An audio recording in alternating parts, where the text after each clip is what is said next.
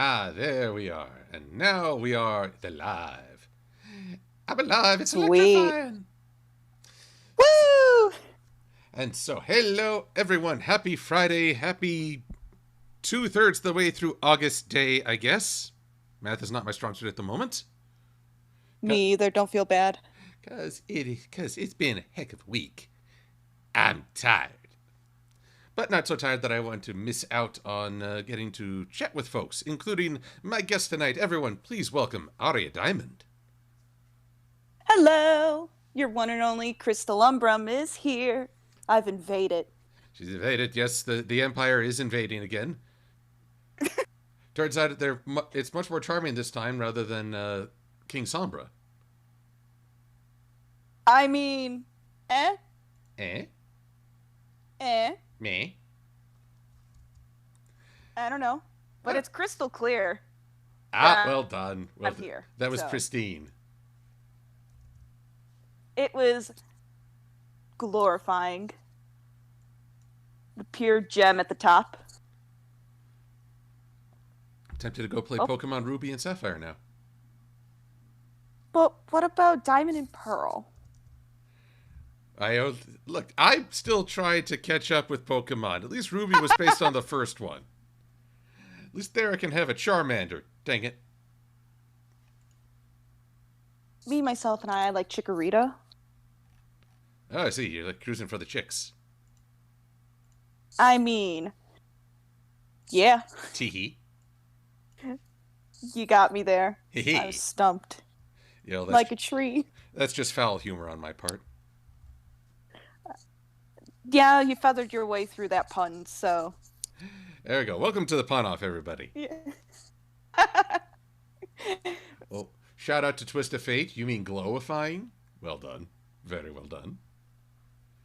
Oh, and I see Trinary, but Trinary, are you on Twitch? What are you doing on the Twitch? I'm used to seeing you on the YouTubes.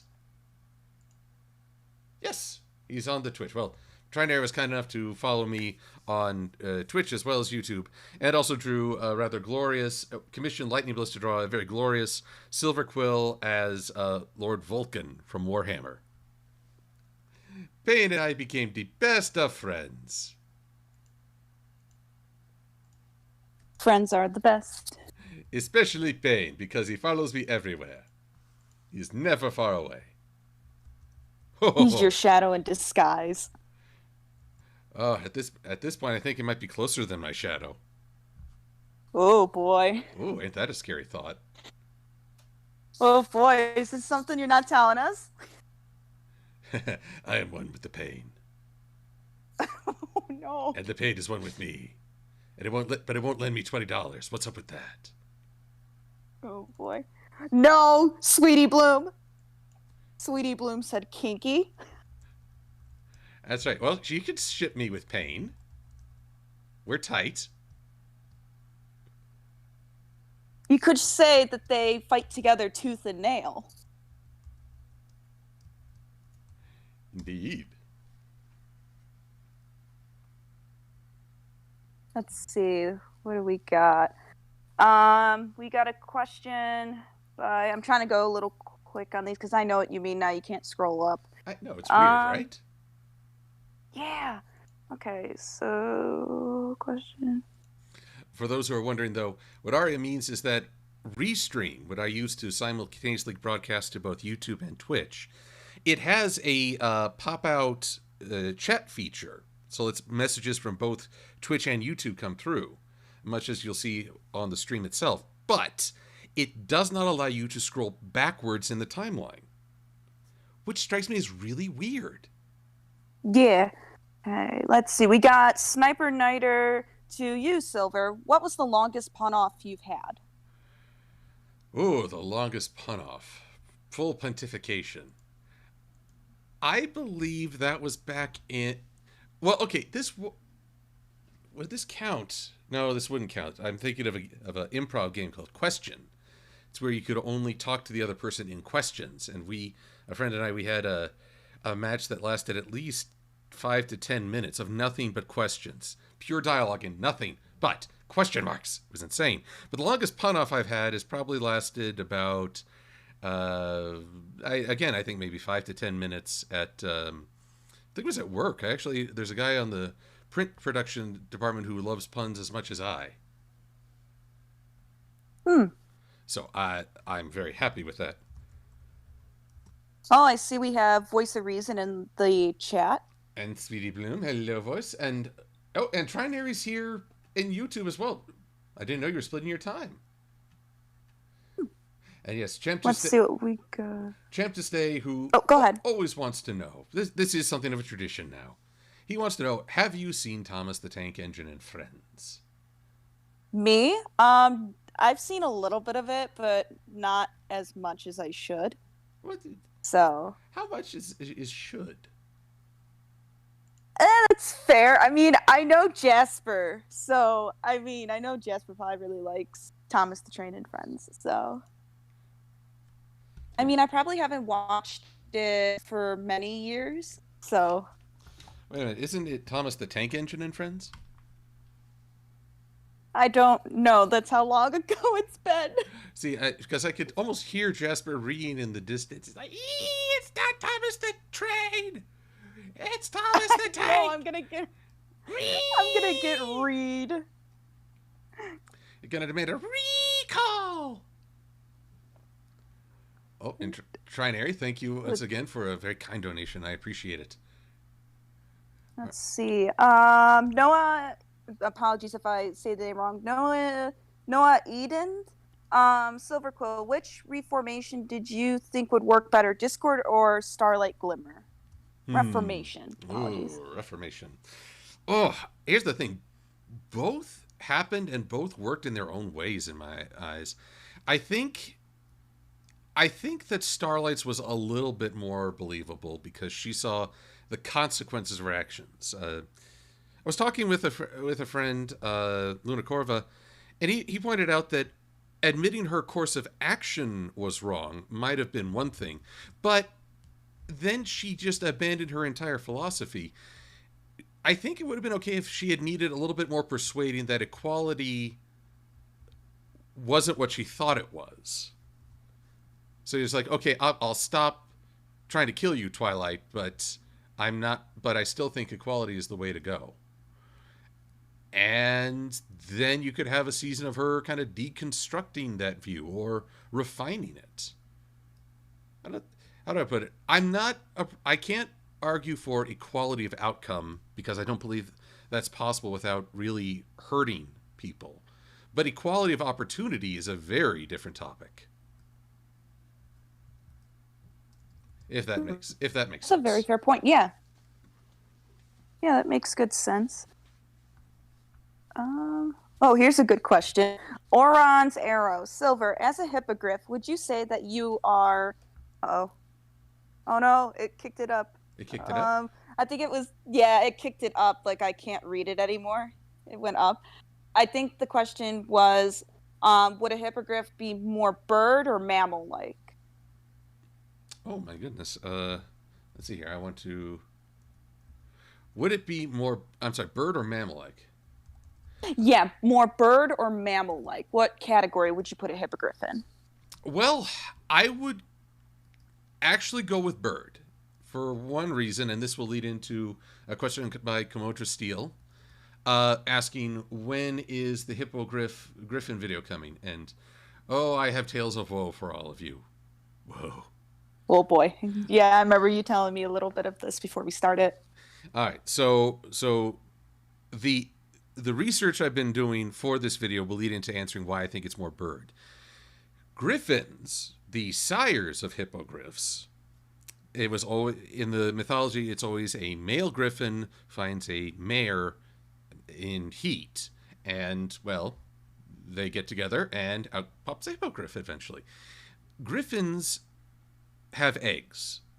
So much so that charlatans back in the day would sell ostrich eggs as griffin eggs. This was their scheme. In fact, and this is marvelous, one of the earliest discoveries of a dinosaur, the Protoceratops, may have mistakenly led to the creation of the griffin. because it's a four-legged beast with a beak. And if you chanced upon some bones, you would assume, with no real knowledge of what we take for granted, they didn't know back in then. And so they thought, oh, this must be some sort of bird lion thing. And that may have contributed to the myth. So if griffins produce by egg, and they tend to emphasize the bird aspect more than anything, I think it's safe to say hippogriffs would inherit the bird over any other animal. Although, man, if I want to get really technical, the birthing comes from the horse and the horse's hindquarters. So there's a counter argument right there. Although again, we can say that animals like a mule, mules can't reproduce, if I remember correctly, as the hybrid of two. Yeah, they can't. They can? No, can't. Oh, okay. Usually they can't. They can't. So if a hippogriff by a similar, I don't know if that's true for like another cross animal like a liger, a lion and a tiger. No, they can reproduce. They can. How odd. I'm just wondering, could a hippogriff reproduce given the current rules of the universe? Oh, Mud Cup is following. Yeah. Thank you, Mud Cup. Although now I'm starting. Oh, here's an interesting question. Preston Cox, would you date Gilda? Oh, no, I'm sorry. I don't go for the mean girls. But in answer to where is the video, because I do talk about Gilda in it. Oh, everyone, I have had just the worst fortune pretty much ever since my car accident. My researching took longer than I thought. Then, of all things, when I sit down to start editing the damn thing, my computer overheats and shuts down. And that's it for the evening. Because then I get called by a friend who had to ride in an ambulance with her mother to the hospital and needed to get back. My. So thankfully everyone's okay. It was an infection that is being treated. So I don't mean to darken the mood, but I come to you all tonight frustrated because for the last 2 weeks I feel that I haven't been master of my own life. It's like things are happening and I am only able to go with the flow rather than influence. Then again, that might describe 2020 for everyone in a nutshell. So I am working towards the Griffin Hippogriff video.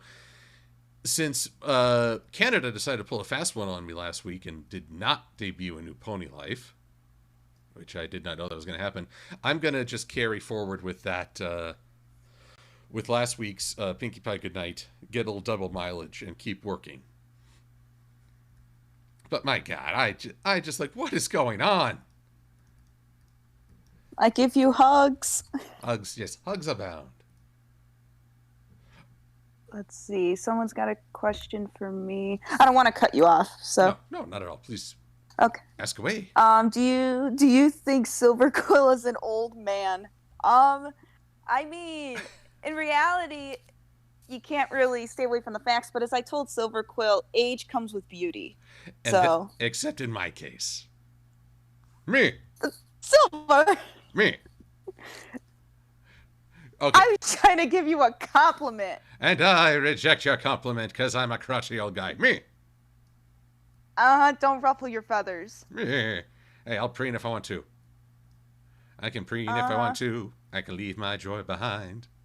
Because your friends don't meh, and if they don't meh, then they're no friends of mine. Royal Silver says, I think your pony life form Silver-Quill is a baby chick. Ooh, it thinks I'm a chick.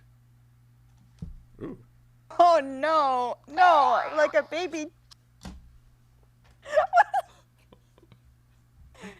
Oh, yes. You're Boy. Sound off. I'm ready. I'm ready. I do not have a soundboard ready. She's like, I was not prepared for this. I wasn't. My computer decided to go, we're sorry. We're going to do a Windows update right now. And it's going to be several hours. Why? So my computer overheats, hers updates. But if you really want confirmation that I'm an old codger, all right, do I have your permission to relate what we were talking about before Sure. the start? So, Aria, I'm making sure I'm getting her Twitter correct, because apparently there's another bizarro Aria Diamond out there. It's not her. And so she lists a year. And I'm like, Aria, is that the year you were born? She goes, yes. I was a junior in high school. But you're still amazing. I'm old amazing is what I am. It's like, I can't move when I record my audio because you'll hear the creak in my bones. Meh. Oh my goodness. Oh my goodness. Somebody asked me if I can do an impression of Spike. I don't think I could do Spike, but I can do the great and powerful Trixie.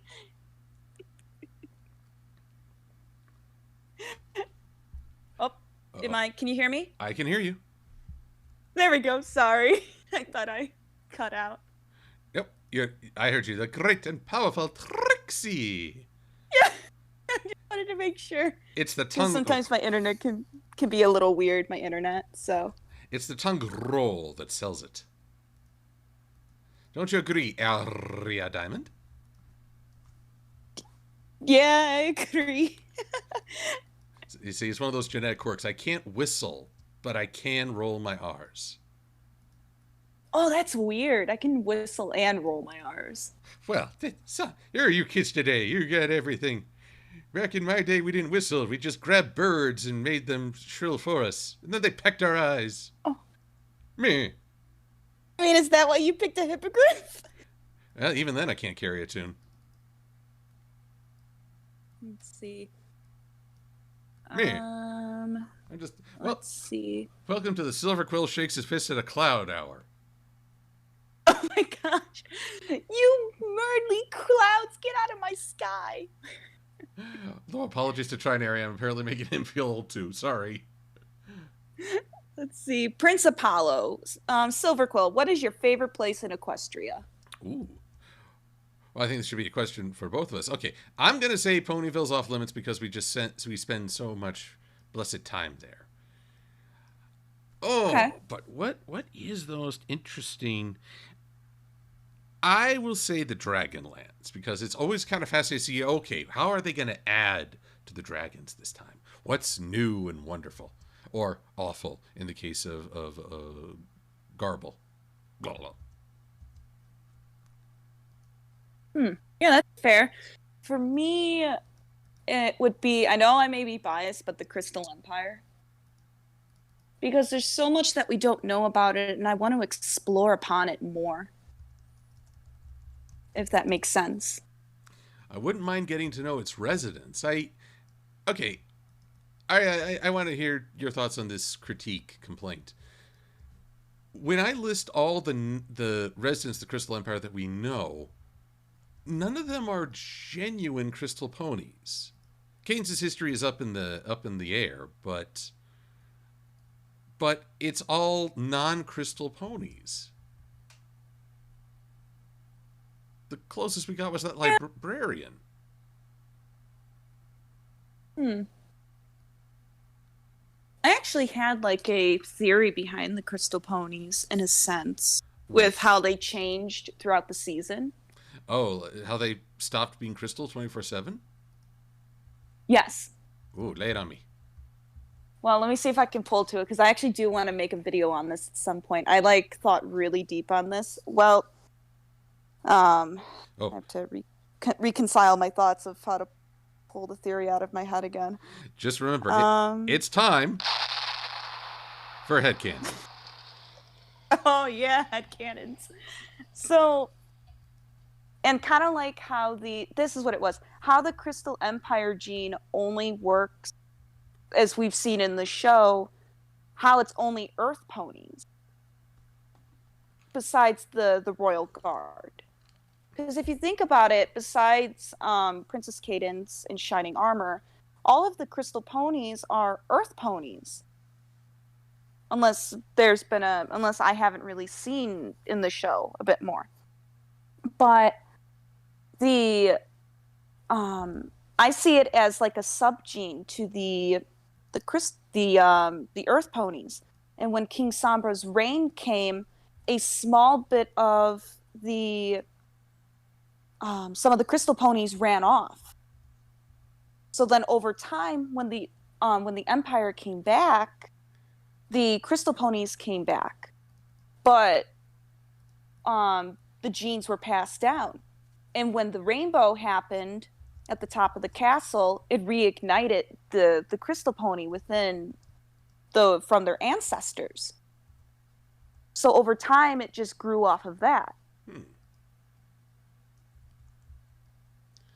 Interesting theory. So technically, there could be crystal pony descendants all over Equestria. Yes,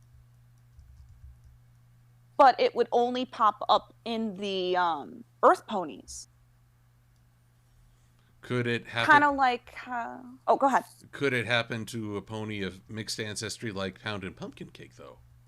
They are children of Earth ponies, but they've got a little bit of Pegasus and unicorn in their blood. Possibly, but like I see it as like if you have Pumpkin, she is I'm trying to think. Thinking is hard. Oh, believe me, I know the feel. They would be a carrier of that gene. And when they have offspring of an Earth pony, they could potentially be a crystal pony. As for the guards, we see guards that are crystallized unicorn and Pegasi, but that goes off of a theory that I heard from somebody else. I don't remember, I'm not taking credit for this or this headcanon, but it's maybe possibly a spell that once you put the armor on, a spell is put on them as they wish to be uniformed. Aha. You know, I sometimes wondered that about the Canterlot guards. I mean, was there a spell to make them all monochrome? But then they introduced a bit more color into the mix. So I was like, oh, that's cool. I can't make the Celestia Stormtrooper jokes anymore. I mean, you could. Different types of stormtroopers. There's got to be another cannon fodder out there that I could use.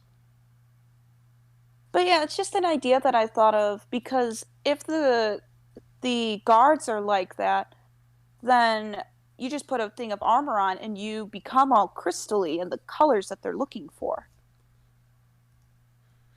But those of not the guard, almost all of the crystal ponies that we see are Earth. It's true. That's why I believe it's a subspecies of the Earth ponies in some way. Let's see, but looking at the chat, what is... Intriguing. Yeah. Why is this not working? There we go.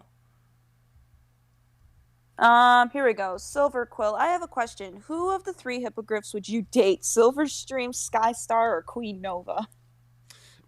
Okay, Silverstream and Skystar are too young.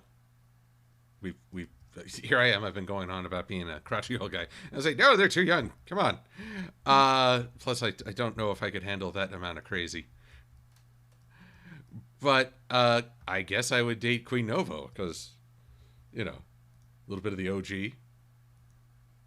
It's like, hey, you want to meet the OG hippogriff?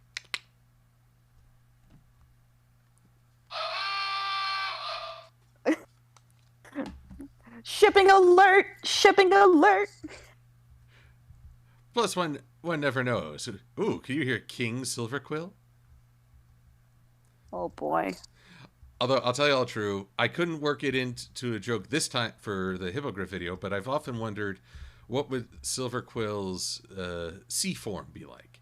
Because, gotta be honest, being a hippocampus, sea pony, two pedestrian. I'm hipster, dang it. I have this image in my head of Silver-Quill emerging as this fearsome and terrible kraken that's only about 12 inches tall. Oh my goodness. Turns out when you go in the ocean, some shrinkage occurs. Oh boy. So, you know, Didn't Trailgrazer make a form for you? I believe Trailgrazer did, and I love getting the artwork, but there's this hipster part of me that just goes, "Duh, come on, you can be more fedora hat than that."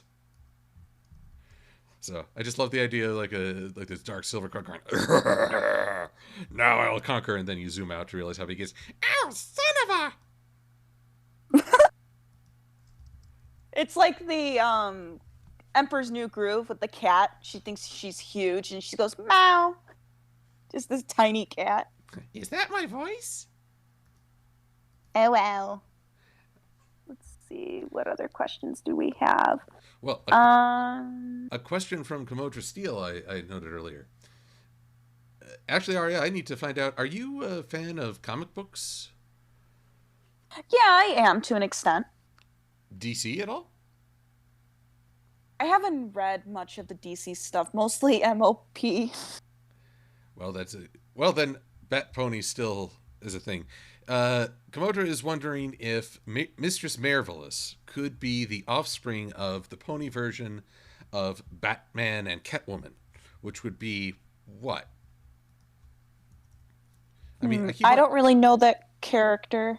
Well, in DC, there's this character called Huntress, who's from an alternate timeline universe where Batman and Catwoman married and had a child. So, very possible. Although, if I remember right, Applejack was Mistress Marvelous. She had more of a Wonder Woman Gambit thing going. Yeah, she had the rope, the magic rope. Which she didn't quite know how to use, but then she also kind of dressed like Gambit, which I found wonderful. Gambit's one of my favorite X-Men. See, I know Gambit.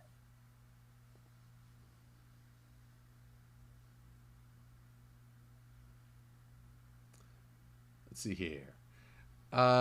Champ to Stay, asking you and anyone in the chat, do you think Diamond Tiara's main shape works for a unicorn? Yeah, it does, because it has that curve at the top where a horn could be. Which makes one wonder, did her mom do that as a way to sort of chase Canterlot fashion? Or just try to look more regal by adopting a unicorn-style hairdo? Ooh, that's a good headcanon. Oh, yes, it's time again. Headcanon! Headcanon confirmed. Direct hit. Critical damage. But then that makes me wonder if, like, in her rebellious teen years, she goes for a mohawk. Oh boy, no. Mohawk Diamond Tiara. Oh boy. That's... Diamond Hawk. Mohawk?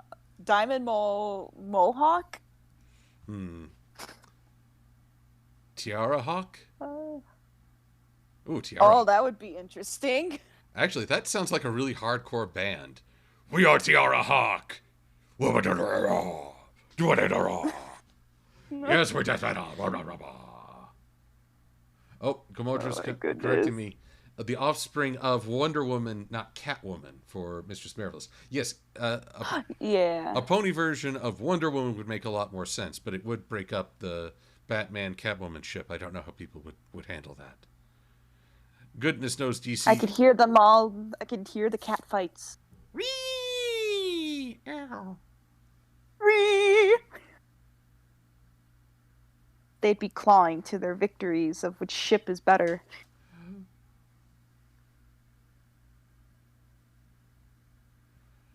Let's see here. Ooh, Clay Pigeon. Which, with a name like that, I can almost understand where this question arose. For question to you both, to my knowledge, the Timberwolves are the only golems we saw in the show. Can I get your thoughts on this? Golems are living stone or perhaps living clay. Clay pigeon. Yeah. I get you. I'm picking up what you're throwing down. I'm reading you on the FM. But it's a fair question. Are they golems?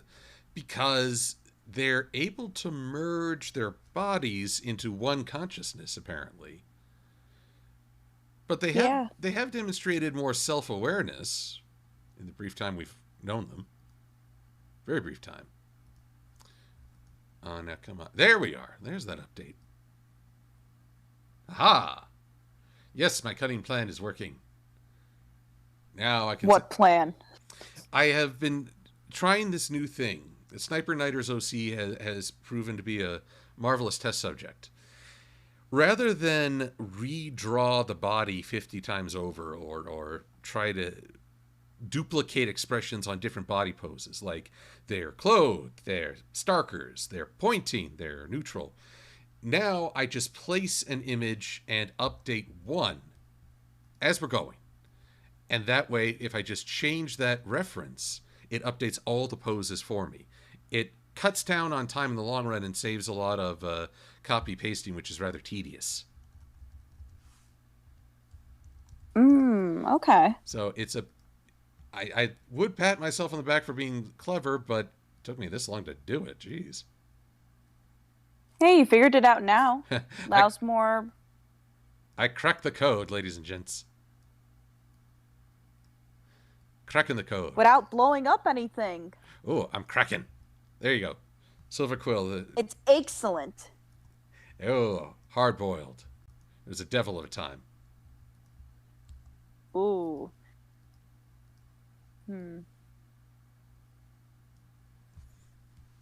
Oh, see, I got a stump for a moment. My thoughts are boiled over. But we're back to the Timberwolves. I could see that. I really want to know what makes them tick. Obviously, they don't reproduce in the traditional sense. Or, maybe they do. Not here to judge. Or fantasize. Ugh.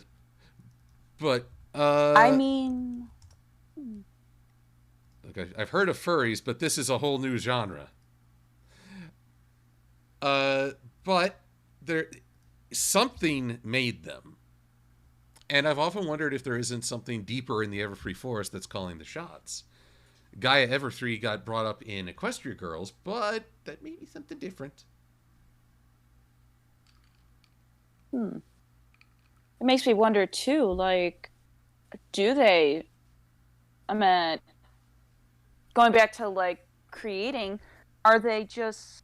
This is a little dark, but, like, are they maybe souls of ponies? Ooh, if they are souls, why are they attacking? Possibly they don't remember their past and the souls are just a harnessing area of life. Because if you think about it, like, there's trees in the Everfree Forest that connect to the, I can't remember what they're called, but it was when we learned about Mage Meadowbrook. Oh, yes, the swamp and the tree. Oh, yeah, that was a dark concept. A tree whose spores turn you into a tree. Also, Yeah, so if they don't have conscious anymore, where does that consciousness go? Death of the spirit in my eyes. It's terrifying to me. Although, if you wanted to make a connection, could the Timberwolves be the offspring of these trees? Oh. See, we're getting dark maybe. Again. Getting dark again. Darkness. Darkness roams across the land. And the lords of the underworld. To Pig Boss 99 asks, which G1 villain do you want to see in G5? In G5, okay, this one I'm not so. Princess Porinka, the Flores, or Lavan. I confess that I don't know the G1 villains quite so well. I know like the big ones. I know Princess Poinkus is a pig princess. The Flores were living trees, I think. And Lavan, I think Lavan was a molten monster who wanted to create invincible diamond armor. So he might have been a fan of yours, Aria. Oh boy, they're not taking my hide. No, well, you have to run and hide. I mean, yeah, you're right. But okay, going by my own terrible memory, I would say that Levon would be probably the most interesting in metal. But I'd like to see what you could do with an unassuming villain like a pig princess, Princess Poinka. Poinka? Porkina. There you go. I'm reading that wrong. Porkina. Because I admit I had this weird story in mind where actually seeing the picture of this Princess Porkina, I think it was on Derpy Boru or on the MLP Wiki. I thought, what if a rich noble just started turning everyone to gems? I admit it, I came up with this while playing Spyro the Dragon. And so a lone survivor, like the last real pony in Equestria, has to find a way to turn everybody back. Now, wouldn't that be an adventure? Oh, that'd be kind of dark. And, just going through a town of nothing but crystals. Also, now if they could move, that'd be scary. Now I'm thinking of Unico and the, how was it, the Island of Lost Toys? I forget the exact title, but it was an anime series called Unico, which was pretty dark on its own. And before y'all ask, yes, I remember lots of things, and often old stories give me ideas for new stories that you got to modernize. I don't think there's any shame in taking inspiration from an old story as long as you add your own spin to it. A reason why people should be invested in your new interpretation when they have the old readily available. I mean, it reminds me of My Little Pony. I mean, My Little Pony is like an old concept, but it's been rejuvenated upon with new ideas.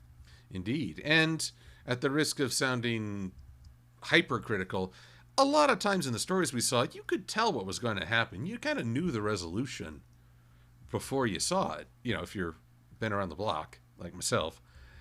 But the fun lay in seeing how it would unfold.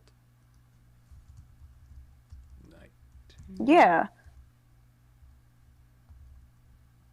It's not about point A to point B, it's how the journey is. And that's what I appreciated with G4. Yes. So it's good times. So I've thrown a lot of ideas out there. Let's see. Aria Diamond, would you prank call Jasper? No, I wouldn't, because Jasper's had enough prank calls, and I want to be nice. Now, that's only if I did it myself. If I had a, let's just say a compadre to do it with, then possibly. Hint, hint. Well, I haven't gotten in on a prank call with Jasper yet. Ooh, I haven't either. Could plan something. But you must. It's fun. I know. Also, I want to. We could face the heat together then. Oh, he'll be half baked by the end. Maybe a little overcooked with anger. But we'll just hand toss him away. Also, I do want to give a shout out because when you guys see notification sprites popping up, that is the work of Kelvin Shadewing, who is in the Twitch chat. So, Kelvin, I thank you greatly for these wonderful pieces. Which, it's also Kelvin who asks a question of us.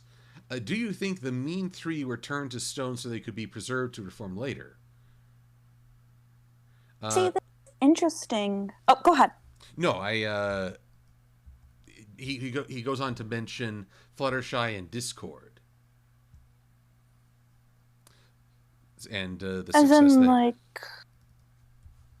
Yeah, this is actually something I watched with Sawtooth. Sawtooth Waves. Mm-hmm. and his interpretation of it. Now, for myself, I kind of believe that maybe later on down the road I could see some reformation from the Mean Three. Only because we can look at Discord and say, look at him from the very beginning and look at him from the very end. He was turned to stone for thousands of years, or 1,000 years, I believe it was. And it only took a certain group and one pony in that group to turn a very dangerous villain into a reformed villain that is an ally now. With some hiccups along the way. One thing I really enjoy with both Discord and Starlight is that their reformation was not a perfect shift. They still struggle. Yeah. I mean, and that's not a bad thing. I think that's actually very relatable.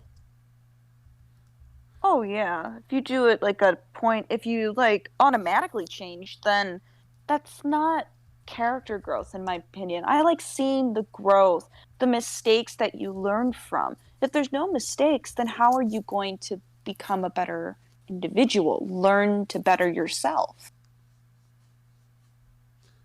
Oh, sorry, just want to give a quick thank you to NS Hawkeye 27. Thank you for following.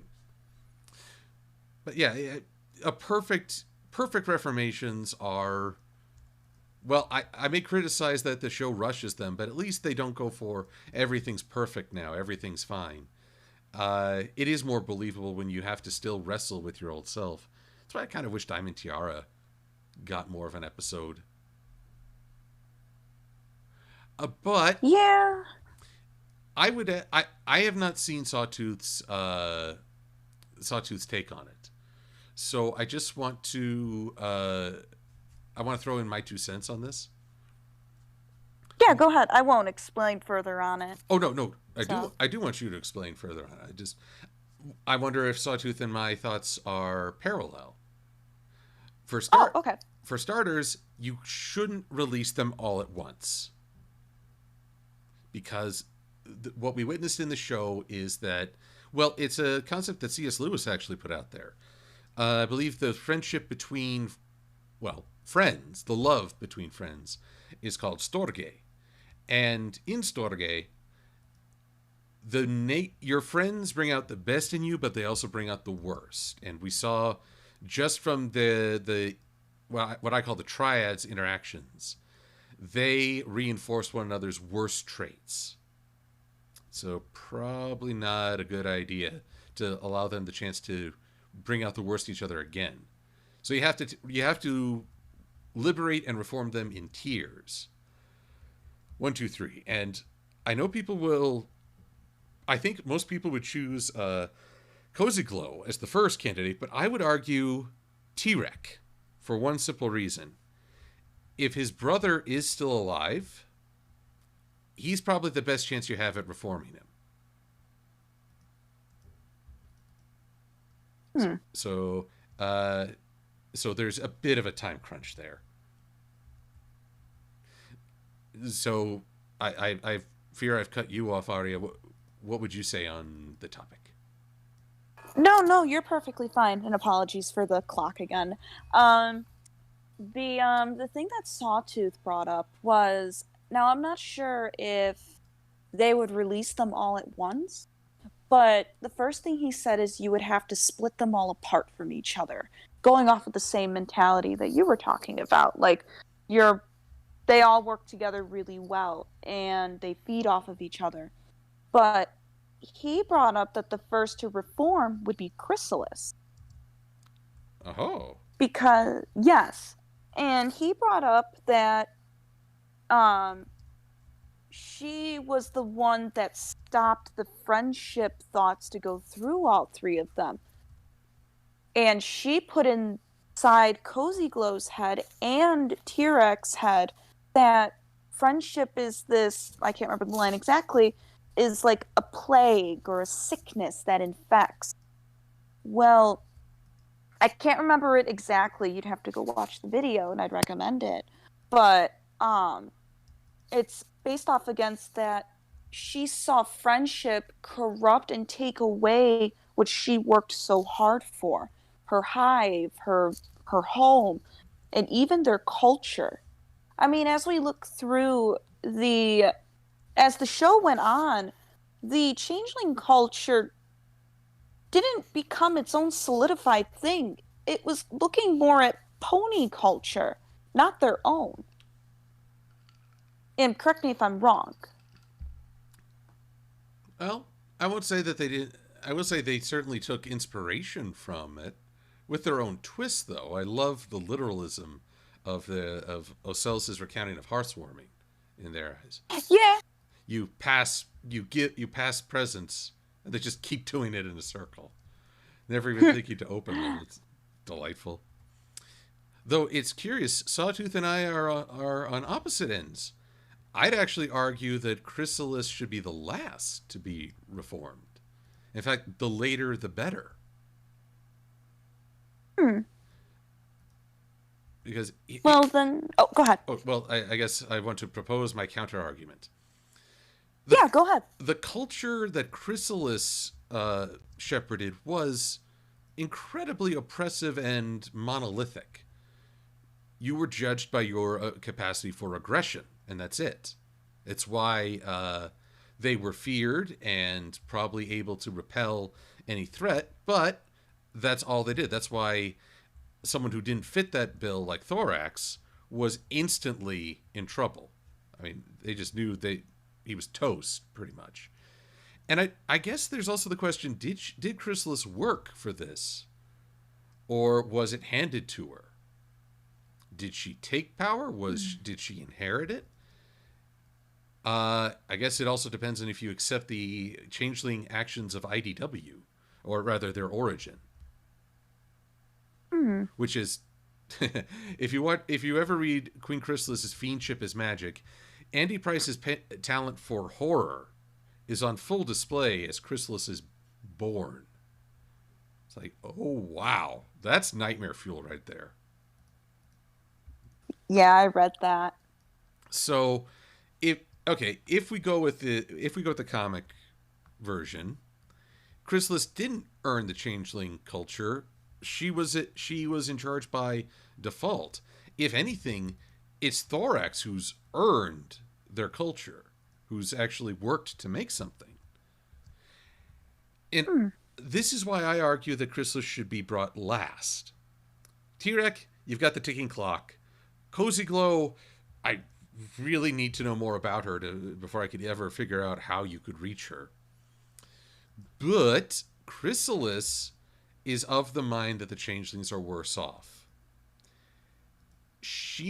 I think she needs that very harsh culture shock of seeing the changelings grown and prosperous and evolved beyond her influence, beyond the point where, say, they reach a point where there's no nostalgia for Chrysalis's rule as Pharynx had at one point.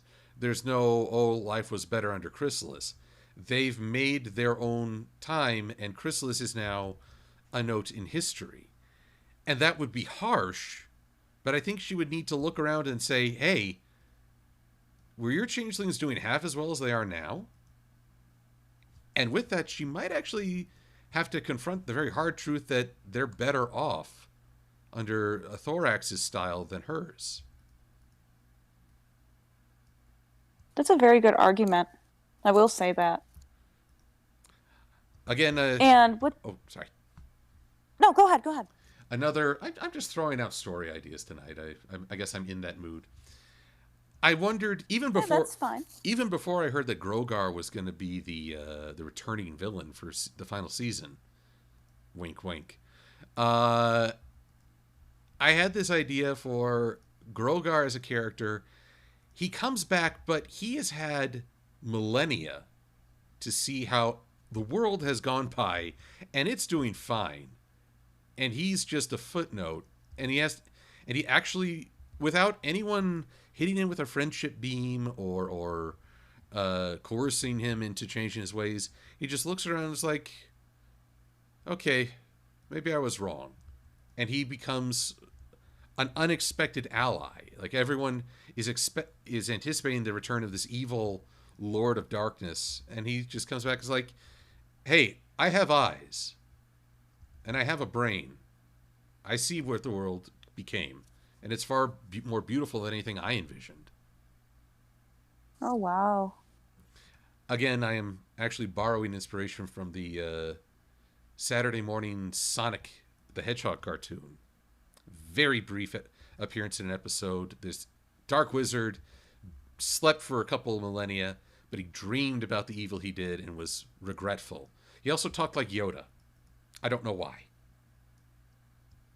But I thought, hey, that's a really cool idea. A villain who reforms by time and reflection, and not even external pressure, just awareness. How novel is that? Kind of like Star Swirl in a way. Yes, in a very good way. He's experiencing life after his hardcore viewpoint. He did have sort of that hard shake with Stygian, but yeah, he came around. Or even Naysay. I mean, Naysay, he had the hard slap of expecting this danger from, oh, these creatures from beyond Equestria, when really his greatest threat turned out to be a foal from his own country culture. And Yeah. I will always laugh as Applejack is sort of rewarding Twilight in the end of the end, and Star Swirl's right there. No, sorry, Naysay's right there in the background. He's like, okay, yes, I get it. I get it. You don't have to rub it in.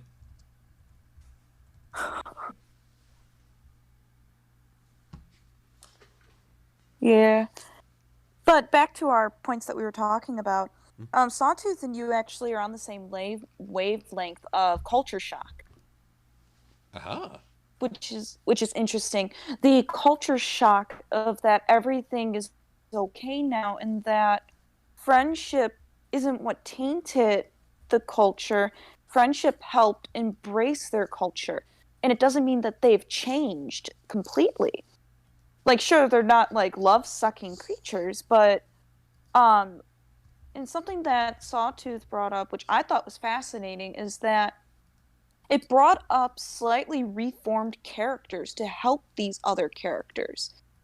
One of the main character that would help Chrysalis reform is Pharynx.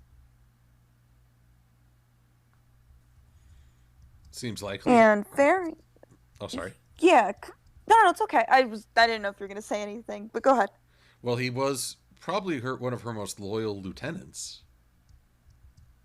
And I think Yeah, if she expected anyone to be a holdout, it'd be he, which she wasn't strictly wrong. But even he came around. yeah.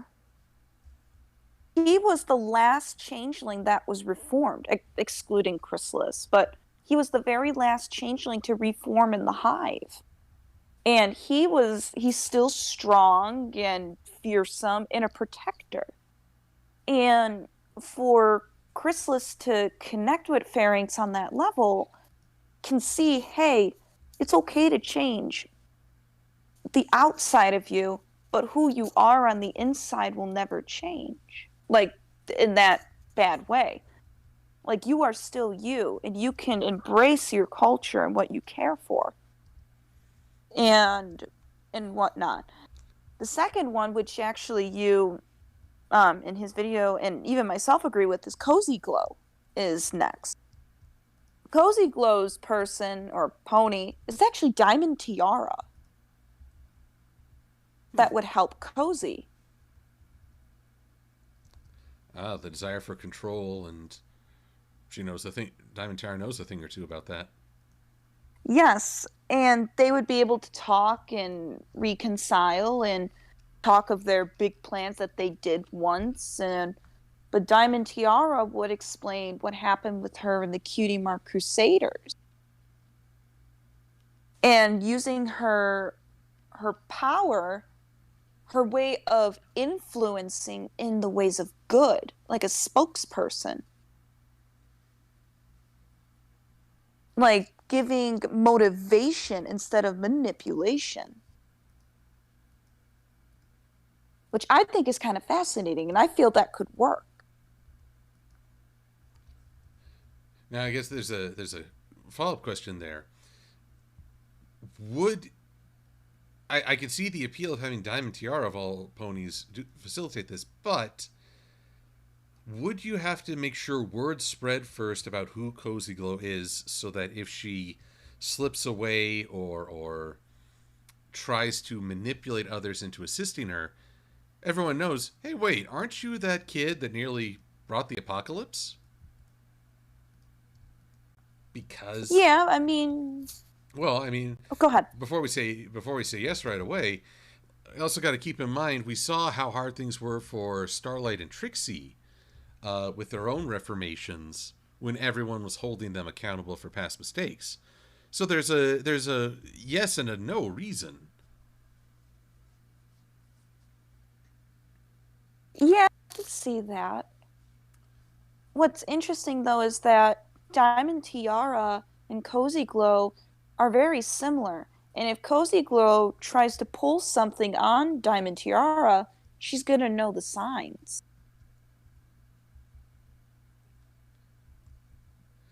Would it be hilarious to actually hear critiquing Cozy Glow's form?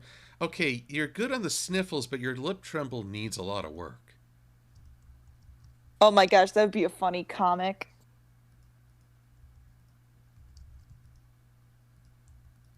And then what's really interesting is his last one was Tirek.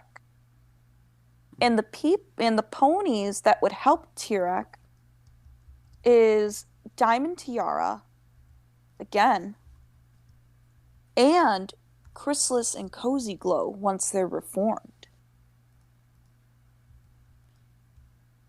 Because the three of them worked together at one point, and Tirek would see how happy and fulfilling they are now.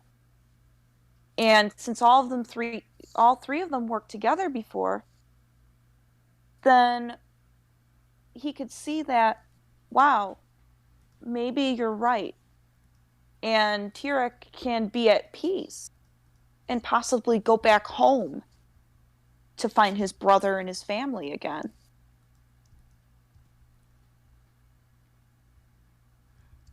I'm personally a fan of his brother being the main redeeming feature, as he's pretty much the only character who could really get under his skin in an emotional way.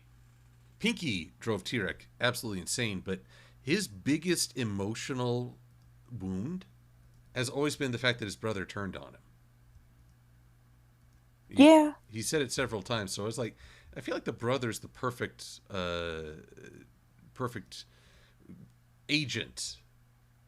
How do I put this? Not every, maybe everyone can be redeemed, which is something I think is contested within this show and its fandom.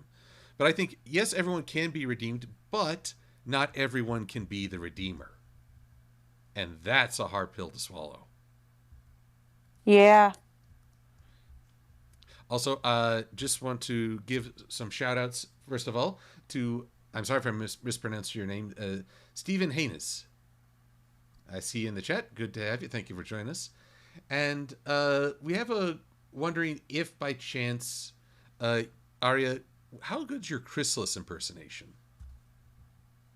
Hold on, I'm just waiting for the clock to stop ringing, then I'll unmute. Oh, Not like that. That's a cuckoo clock. the best kind of clock. Chrysalis impression? I can try, but I just have to think of a line.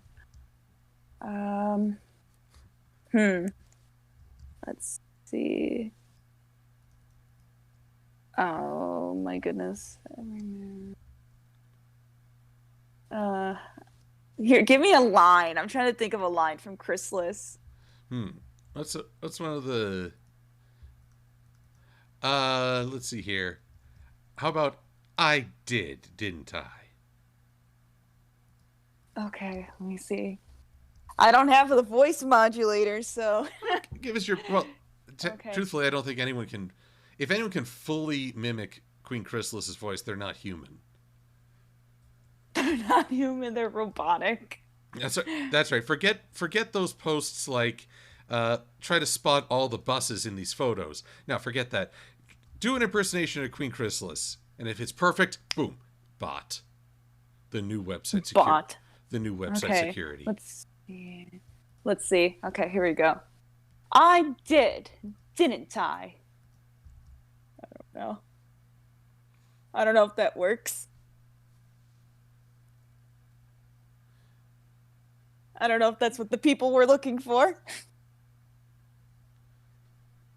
Let's see here. I'm just checking to see if anyone has a better line. Oh, well, I do have a question from Komodo Steel. We're going to watch Bill and Ted Face the Music, and the answer is yes. I'm curious to see what they'll do with it. At the same time, I really am not comfortable going into a theater right now. So I completely agree with you. I mean, I love the Alamo Drafthouse. It's like my favorite movie theater. But, and I appreciate that in fact, they reopened today. But this is still a pandemic. I'm sorry, I just can't just go willy-nilly, you know? I've got a 78-year-old mother. I don't want to put her at risk. So I will see Bill and Ted Face the Music. I just don't know when or how yet. Give me time. I'll think of something. And no, it's not pirate. I see a Ben Maza. In the chat. Oh, hello, Ben Maza. Let's see. Here we go. Silver-Quill. Can you ask Aria where the Aria Diamond... Oop, I lost that. Where the Aria Diamond came from? The name? It popped up on the thing. I really wish you could scroll backwards. It is frustrating. But yes, I see the question as well from Buckin5. So, where did your name originate? Or rather, from where did your name originate? Haha. So... English for the win. My name originated from a few things. And I have to give my who I consider my significant other credit a bit for this. When I was redesigning my OC, yes, my first prototype OC that I may or may not put a photo of later on. My friends have seen my original look. It was a regular Earth pony, like Applejack styled. And when I was doing getting my YouTube stuff ready, I wanted to really represent something with me. And my significant other told me, well, you have a big heart. Why not a crystal pony? I said, okay, I really like that. Because I wanted to stick with the earth pony. There's not a lot of earth ponies in the community that I've seen a lot of unicorns, pegasi, and a lot of other creatures. The Aria comes from that for two things. One, my love of music. I love singing. I've done singing for many years. And aria is a word used in opera. And I sing very well opera. Or I have an operatic voice, I've been told. And the A also stands for matches my real name. My real name has an A at the beginning. It starts with an A. The diamond aspect came from, I'm born in April, and I really like diamonds. And diamonds are the birthstone of April. So, Aria Diamond. It fits well. And then a recent addition is, I haven't really put it on Twitter, but on my website, it's Aria E Diamond. The E stands for a middle name that I just put, and it's Esther. And Esther is a name that my grandfather gave me when I was just a baby, because I was actually born on Easter. Mm-hmm. So, yes, I'm an Easter baby. So, Esther's like a second real name to me that only my grandfather calls me. So, I wanted to put that as my middle name for my OC. So, it's Aria Esther Diamond. Oh, excellent. My grandfather had a name for me too, so I appreciate that unique connection. So, Let's see. sadly, he's no longer with us, but still in my memory. Uh, oh, earlier Seth Moss raised a point. Scorpion tried 1,000 years ago to get Tyrek to stop his evil plan. Tyrek also had those many years to change and hasn't. Scorpion's going to need a lot of work to convince his brother. A very good point. But, well, Yeah. Tyrek has had 1,000 years to nurse a grudge. Scorpion has had 1,000 years as well. And I'm curious how he has evolved. If the comics and all that, well, even the show kind of confirmed this. King Vorak, Tyrek's father, Scorpion has had to become a leader of a nation. Yeah. So, how has the burden of leadership changed him as well? He may not be the timid younger brother we saw in Tyrek's Fiendship as Magic anymore. In fact, he may startle Tyrek with just how much he's grown. Yeah. This is a really roundabout way of saying I really want to see Scorpion in the comics. Maybe we'll see him in like the season 10 comics. That would be something. That would be marvelous.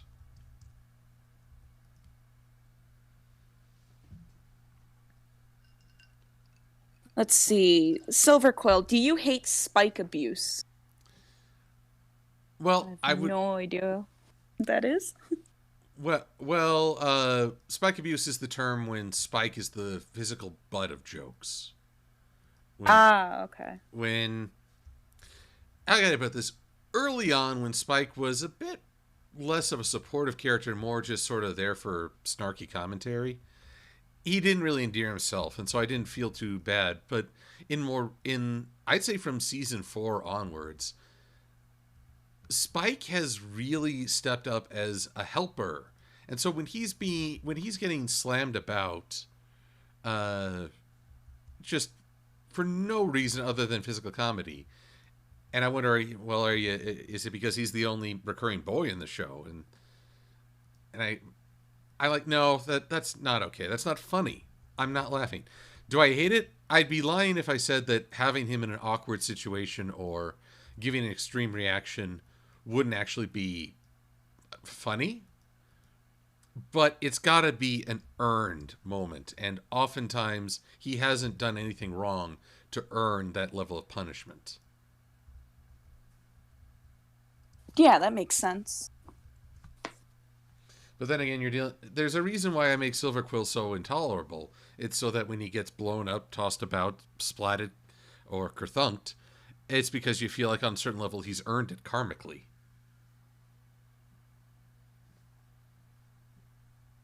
Yeah. And then sometimes you're just like, oh, poor Silver. He had it coming to him, though. Yes. I always want to emphasize that. He had it coming. Well, what was it, Chicago? He had it coming. Let's see here.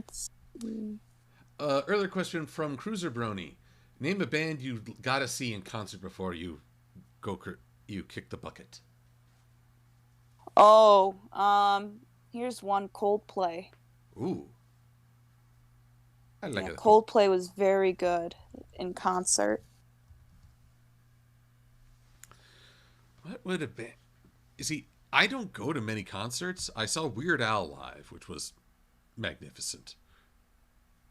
Oh, wow. You should have seen him on when he sang "Dare to Be Stupid," and he goes, "I can't hear you," and the audience shouts back, "Dare to Be Stupid." He did that at least 15 times just to keep everyone going. And he had the audience completely led by the leash. He was in complete control, and it was hilarious. Also, having a line of stormtroopers dancing to Yoda is a spectacle to behold. No, sorry, not Yoda. This here Anakin guy. But what band would I like to see that I haven't seen? Embrace. I'd like to see a concert by them. They do a song called Ashes, which I find very optimistic, and I like music that's optimistic, which is why I really am having a hard time with American music lately. Something that I would like to see in concert. Um, Probably Metallica. Metallica or AC/DC. That would be cool.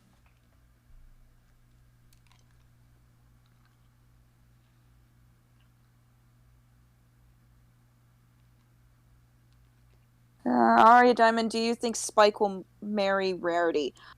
Um, See, that's the thing. Like, when the show started, I was a Rare Spike fan, but as the show progressed, I was like, no, I don't see it happening. They're just good friends. I'm more of a Gabby Spike fan, but Well, there you go. It makes sense to me. I they're more in their age range. and So, weren't they adorable and Dragon dropped? oh yes, they were. I was like, oh, Gabby Spike, please. They're so cute.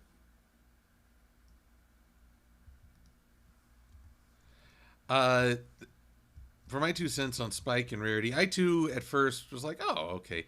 This actually ties into another question from I think it was oh shoot who had the Digimon question? Searching real quick. Oh yes, Champ to Stay asking what Digimon pairing do I like the most, or did I like the most? Um, I liked Davis Daisuke, the character, and he had a crush on Kari Hikari. So right off the bat, I kind of like to see the maybe the underdog, the guy with the unrequited crush, actually wins the girl over. It's cliche, but I like it. However, uh, honestly, I think I actually, in hindsight, I kind of laugh at the end of Zero Two, where nobody, all those shipping arguments and flame wars, and Kari didn't marry either of her possible interests. She met some other person. Hey, why not? I almost find that kind of perfect or trollish. But I agree with you, Aria, that Spike and Rarity kind of lost its luster over time, especially as yeah, Rarity is too old for him. It is a boyhood crush on an older girl. It's sweet. It got a little creepy at times, but Spike is Yeah. matured and grown, and I think now he can find a someone closer to his age with whom he'd be a marvelous partner. Now, I personally kind of like Spike and Smolder. The fact that Garble might become his brother-in-law is just hilarious. See, I'm an Ocellus Smolder. Ah, there you go. I'm Ocellus Smolder, Gallus Silverstream, Sandbar Yona. There we go.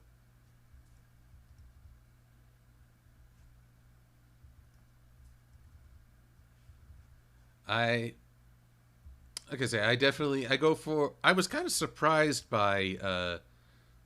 I don't know why I was surprised by Sandbar and Yona. At the time, I kind of wondered if Ocellus and Sandbar would be a thing, but nope, Yona, and they are adorable. I mean, I saw it. Oh, go ahead. what was it? What was the name? What was the name of it?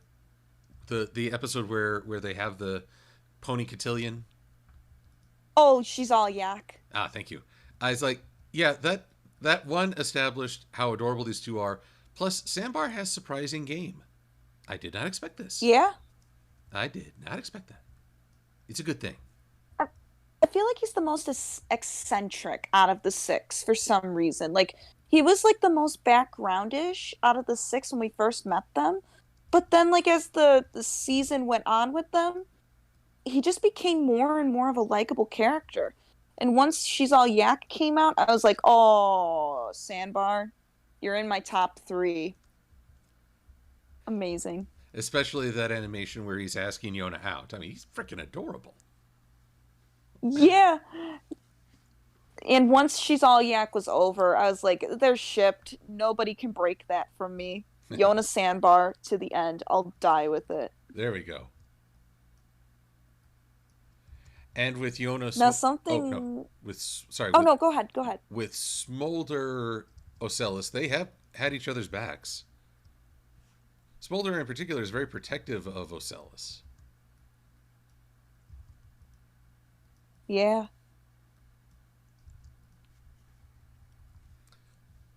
Anyway, And then we had a cute little. Oh, go ahead. no, I was just gonna say I cut you off, and now I do it again. Oh, okay. Sorry, the internet's a little weird on my end again, but and then we had a cute little scene um with Gallus and Silverstream as well.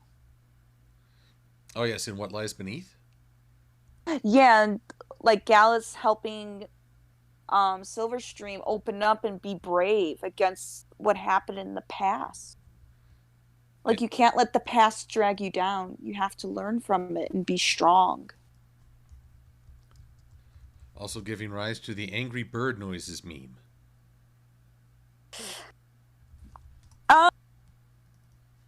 Yeah, but I mean, I have a friend who we considered the angry bird noises meme.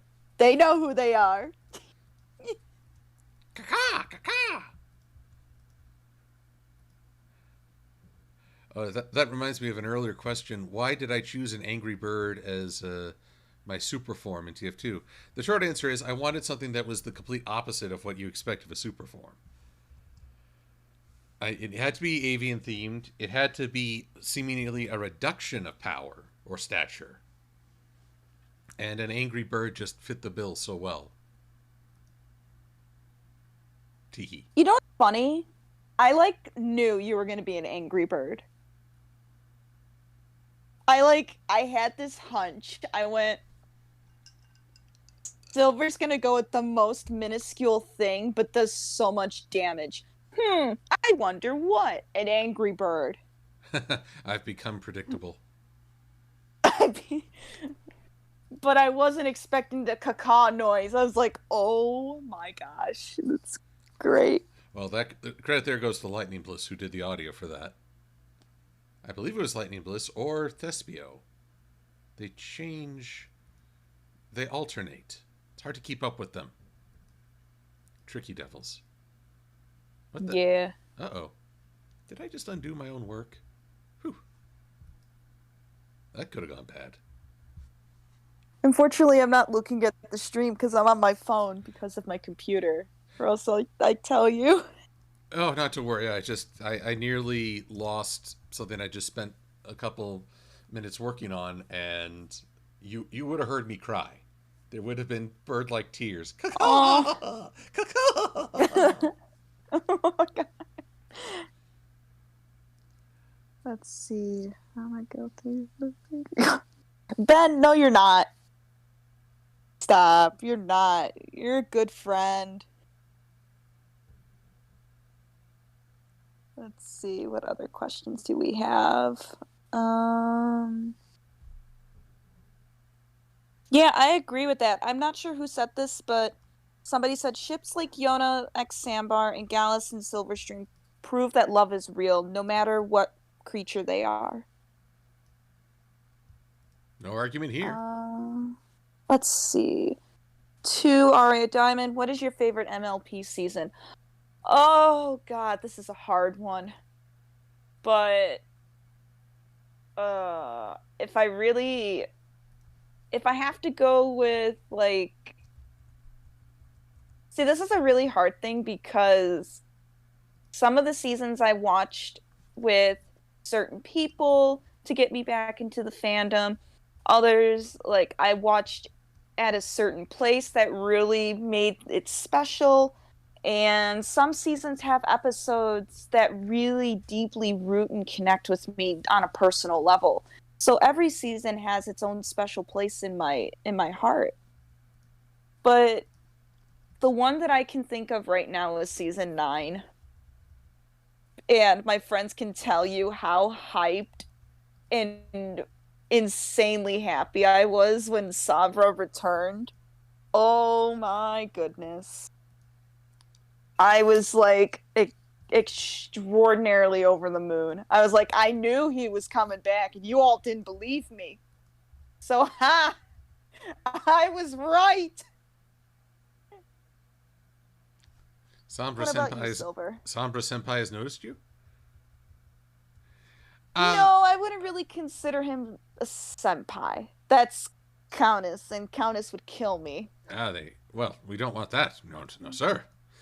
My But favorite go ahead. my favorite has always been season 2. It was the season where I really got to enjoy the show as a steady flow. It's where I got involved. It had, in my opinion, some of the best episodes and some of the worst.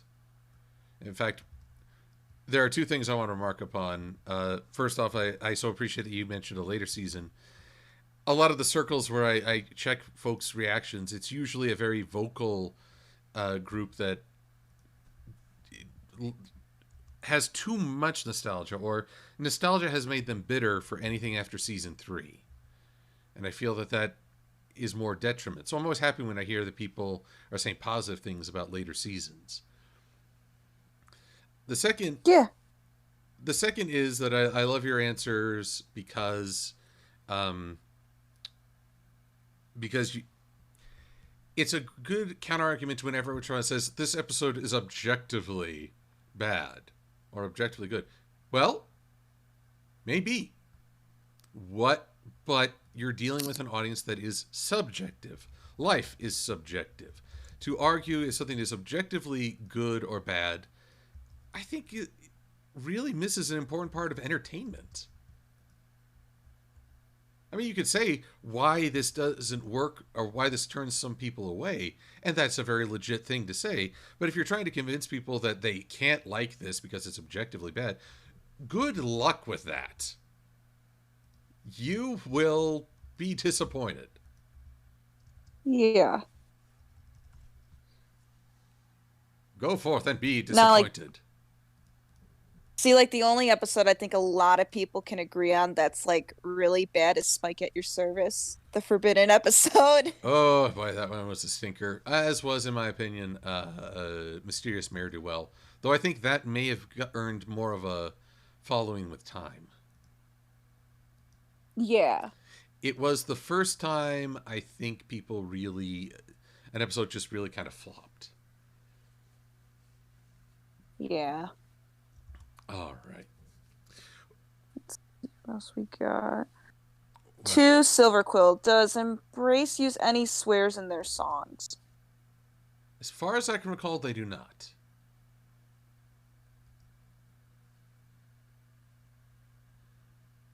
Let's see here. Several of my favorite songs are Ashes. You can do a search for these. Nature's Law, Out of Nothing, and oh, dang it, this is one of their most recent album. What's it called? Refugees. I realize that sounds like a very controversial title, but I think I encourage you to give it a listen before you weigh in. I will chime in with actual Aspie NC, whose least favorite episode is Philly Vanilli, and how they handled Pinkie Pie. You know, when I posted a review of that, some folks pointed out that the first time Pinkie got really crazy, she was basically describing stage fright to anyone in the audience who might not have known about it. And I thought, okay, that actually serves a utility, and maybe Pinkie's the best choice. But what about the other times, including driving Fluttershy to Tears? I agree, that's not the Pinkie Pie I know. I feel like that was a disservice to her character. I agree. That said, I've also heard rumors that fans harassed the writer for it. And that's not okay. Oh, no. As frustrating as an episode can feel, I don't believe you ever have the right to suddenly harass someone in their personal space. If you want to voice your displeasure with the episode, go to it. There are forums, there are blogs, there are YouTube videos. Hi. But taking your critique and using it to target a real person is unconscionable. I don't I know if remember when Big Jim. yeah, when he caught flack as the season finale was revealed. Yeah, I remember that. Oh my goodness. I felt so bad for the guy. And I'm saying this as somebody who actually met with Big Jim. He's one of the most kindest people you'll ever meet. Agreed. Like, I was so afraid to meet him, and he was personally messaging me on Twitter saying, "It's okay. I'm gonna be there for you." I'm like, wow. And this is like when I had my first convention. And it makes it, and I apologize if I cut you off, Silver. No, no. But it really means a lot with not just like somebody who's well known, but just a person to do that.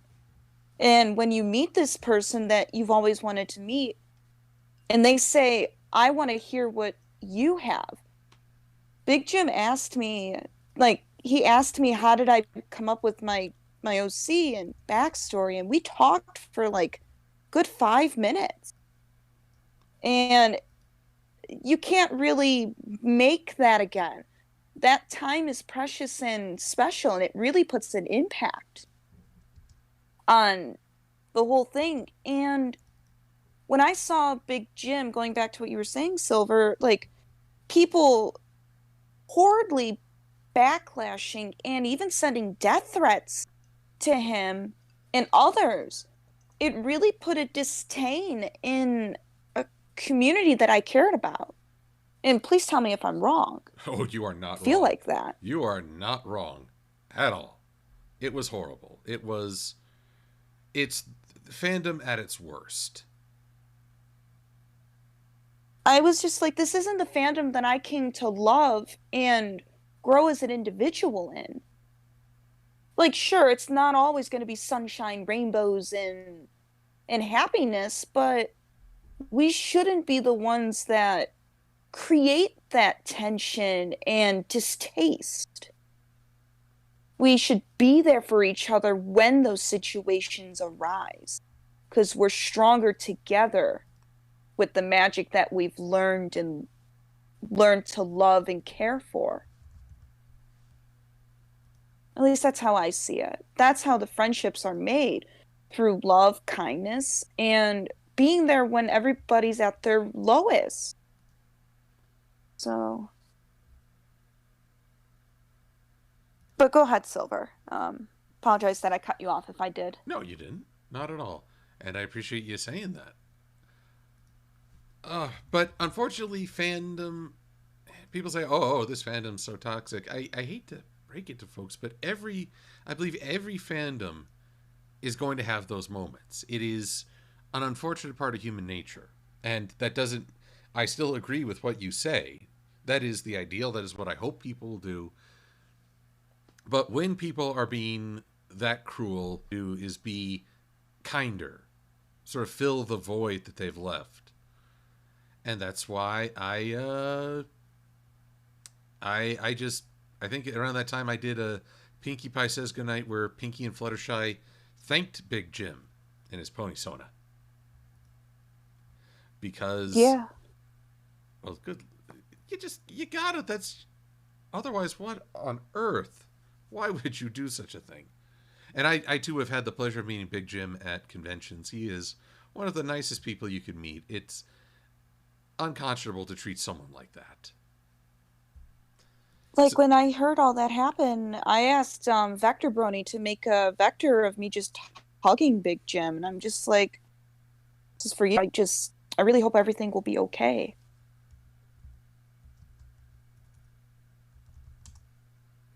so Yeah. but thankfully, Big Jim he still communicates with the fan base. He's still uh, kind to people. He's still, I think, very encouraging of the fandom. And thank all I can say is thank goodness for that. Yeah.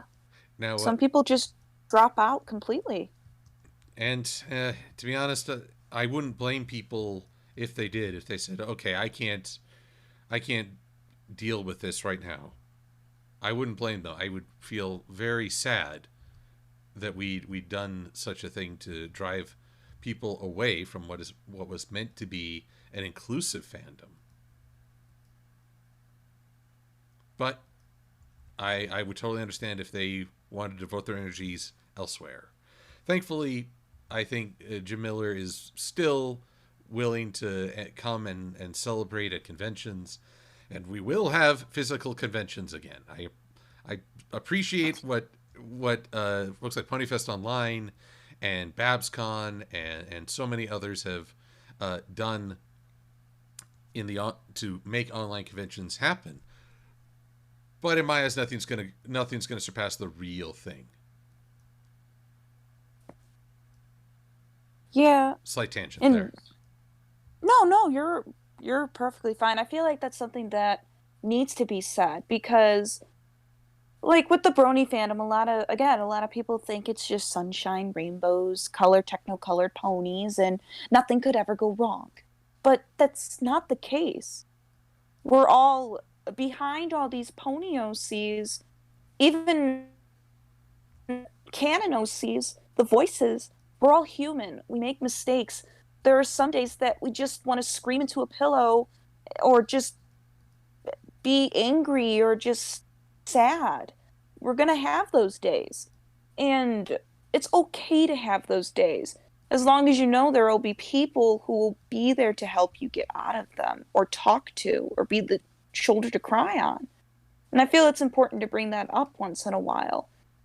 Because without conflict, I don't know how to explain it, but without healthy conflict, if that makes sense, then it's not a perfect world. I hope that makes sense, Silver. Well, there's no growth, and therefore you don't have a perfect world. You have a static world. You have automatons. Mm-hmm. We're basically just robots. Bloop, bloop, bloop.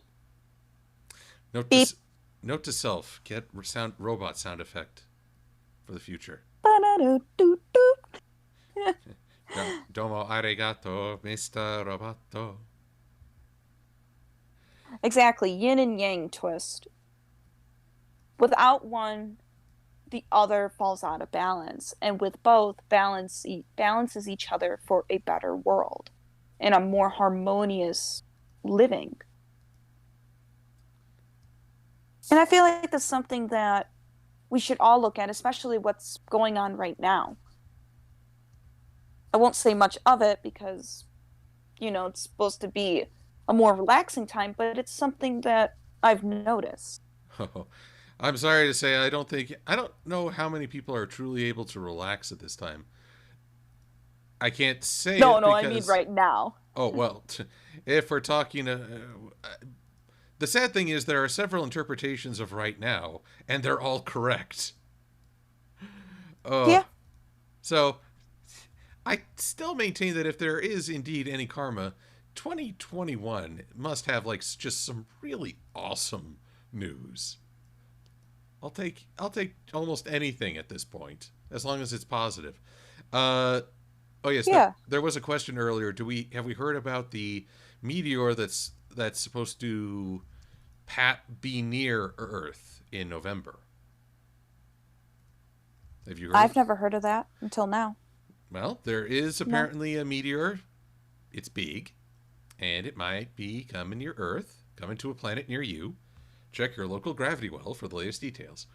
Uh, Silver, what did you do? I did nothing. If you want to blame anyone for a meteor coming near Earth, go talk to Sephiroth. I'm an innocent pawn Did in you all mess with the this. gravity meter again? I did not. That's a weighty decision. Thank you. I mean, did you try to defy gravity again? I do that all the time. It's just gravity wins. All the time. I am flying! Let's see here. I know I got it. Yeah, gravity wins. Here we go. So I could have sworn I had another one for that. Oh, I do have the last time I went downstairs on gravity one. gosh.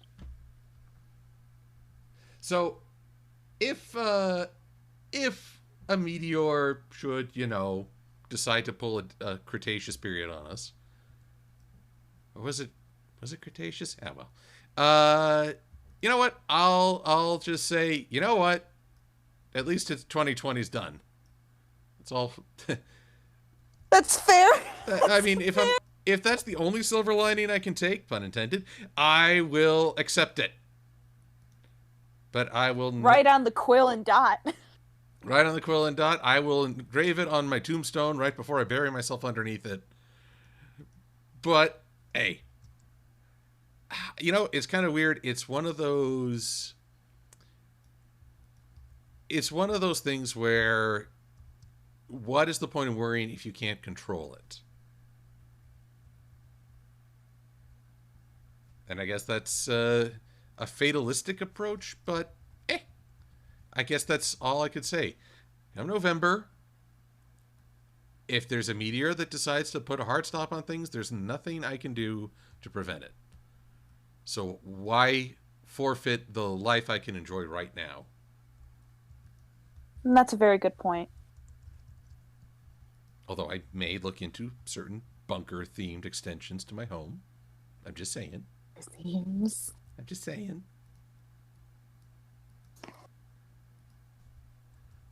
Why not just use the bunker at Coal Town? Well, that would be something. If I could get there, but I can't. Yeah, that's true. Now, I did see a question that somebody asked about the artwork that I have currently on your stream, used as my icon. I can't remember who they are. I'm so sorry. I tried to remember. But they said, is that Sombra's magic in your eyes? Yes, it is. They don't call me the one and only Crystal Umbrum for nothing. I am part Umbrum because of a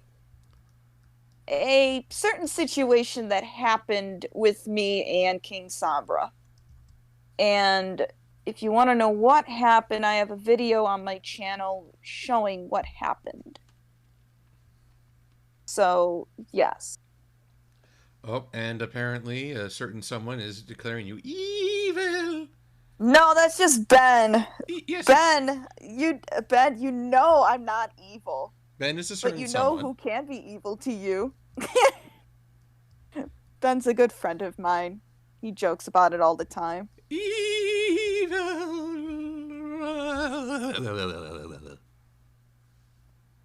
He may actually be a long-distant cousin to you, Silver, maybe. I don't know. Uh-oh.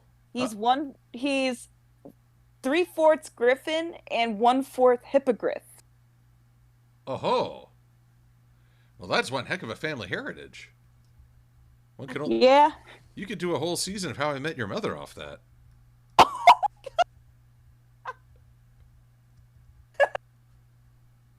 You asked for it, Ben. Yeah, Ben's a good person, though. He's a really good friend of mine. Which is why he declares you being evil. Evil. Grim and evil. Let's see. Champ to Stay says, could you add a rim shot for your next stream? Let's see here. Rim shot. All I've got is a drum roll.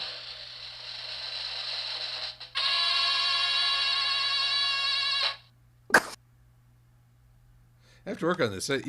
Truth be told, I have 2 sound machines. They were Christmas gifts from like 2013, like just a little novelty that my mom got for me.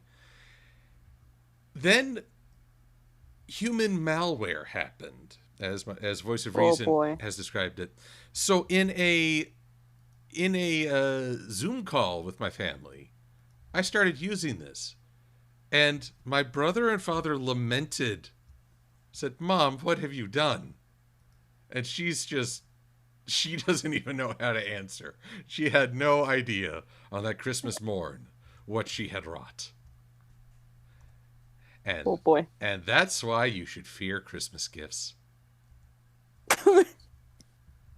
This has been a wholesome family event. Oh my goodness, yeah. I actually gifted my GM for D&D voice mod. Oh, it was. We're not ready for that. Oh, so he could do like well, I'm sorry, the GM could do a very uh deep, resonant, or really high pitched. I could see you having a lot of fun. Yeah, and sound effects. Oh, marvelous, marvelous! Yeah, voice. You must get Josh Scorcher and Eliora to do this. Yeah, voice mod's really good. It's so much fun. I'd show it, but my computer's still updating. Blasted. Computers have not been our allies. I forget. Did I tell everyone at this? No.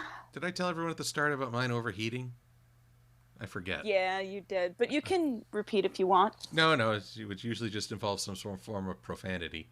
Uh, no, I am starting to think it's time to look for a new computer, which is not something I enjoy at the moment.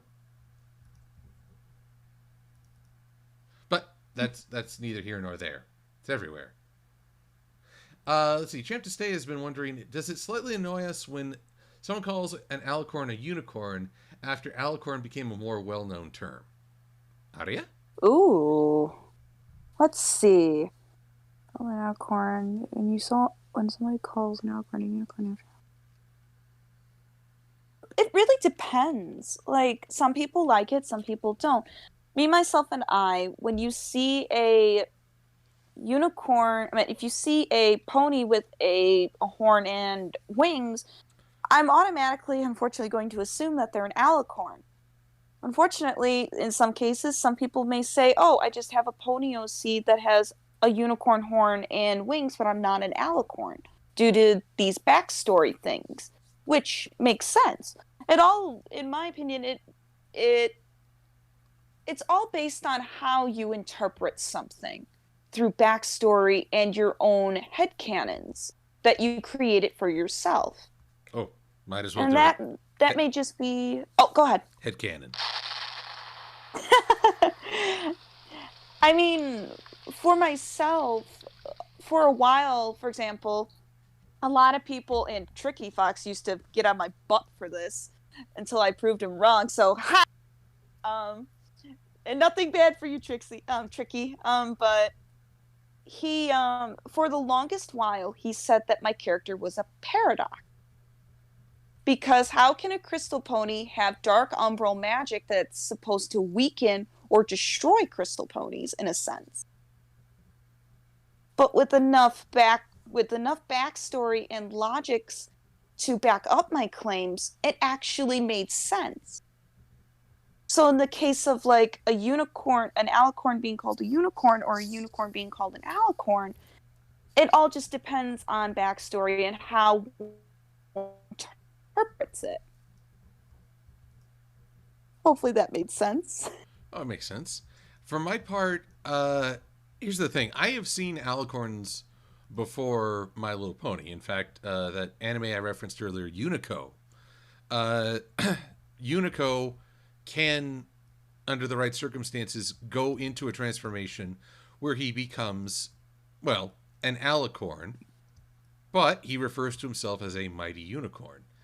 It's actually not uncommon, I think, in depictions of unicorns to give them wings. So I don't mind. If anything, I was actually kind of surprised at how everyone made a big deal out of the name alicorn until I realized, yeah, you're dealing with a show with unicorns and pegasi. Earth ponies get the shaft on a lot of things. So, Yeah. So it kind of makes sense to have a term unique to these rulers of Equestria, these omni beings who get kidnapped a lot. And before you think, oh, that's so dumb, I will point to any number of mythologies where goddesses, even though I don't assign godhood to the alicorns, but powerful beings get kidnapped a lot. It just happens, it seems. Yeah. In fact, I kind of think that when you put a princess or a queen crown on in a story, you're basically putting a big kidnap me sign out there. That's a good gig for one of your videos. Just like, I finally have the crown. It puts the crown on, you're just instantly kidnapped. Or just, why do I feel the need to kidnap myself? Or maybe Celestia just gives you the crown because Celestia is always trying to keep you away. She gives you the crown and you just get kidnapped.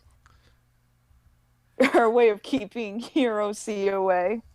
Well, then, if I become the dummy in distress, who would be my rescuer? I volunteer Lightning Bliss. Oh my goodness. Oh no, I'm not going down that path. I do not want the Alicorn's rage. Oh, I do. I mean, if you're gonna fall with me, sure. Oh, yeah, we'll go down. I will go down with this ship. Go down in flames.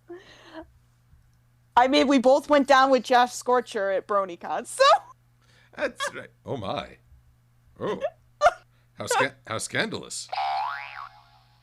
Oh, Silver! Well, phrasing. I hate to pull an Archer on you, but the phrasing lends itself well. No, that's fine. We're gonna feel the heat later, though. Oh, he's probably going to be a little hot under the collar. A little chilled with a lot of peppered heat.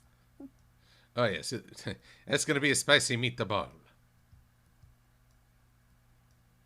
And he'll just like, oh, man, you took my line. I was gonna say he's gonna spice up our troubles. Oh, there you go. But I will just say what I always say when Josh gets mad. Flame on. Yes. But yeah, I can just imagine. I guess if we're going down this ship together, I mean, I can imagine you being kidnapped and it's just a little knight in shining armor. Oh, just a little one. Well, would it be a literal knight in little shining armor? Ooh. I have come to rescue you.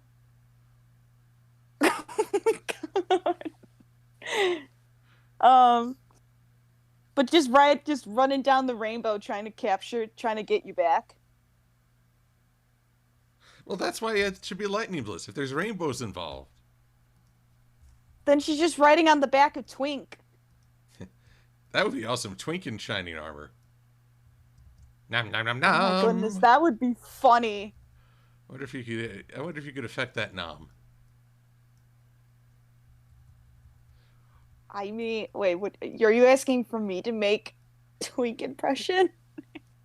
Well, I don't know if anyone can do the Twink sound, but hey, if you give it a go. I mean, not the growl, but the nom nom, maybe. Yeah, the nom nom. Nom nom. I don't know. Oh, maybe I can get him to have one of those Dudley Do-Right smiles, like where the little glint comes off his teeth. Oh my goodness. Like, maybe you're expecting Lightning Bliss to come and save you, but then it's just Twink coming forth, and he just grabs you, and you're like, oh boy, I know where this is going. This is just a normal Tuesday. Oh yes, Twink rescues me by eating Silver-Quill, just saved from the jaws of death by the jaws of bad breath. Oh my gosh, that's brilliant. Yes. That's gotta be an art piece now. Just like the inside of Twink is not open, but just showing you just like with that quote. And it's just Twink with a little helmet with a huge smile. Let's see.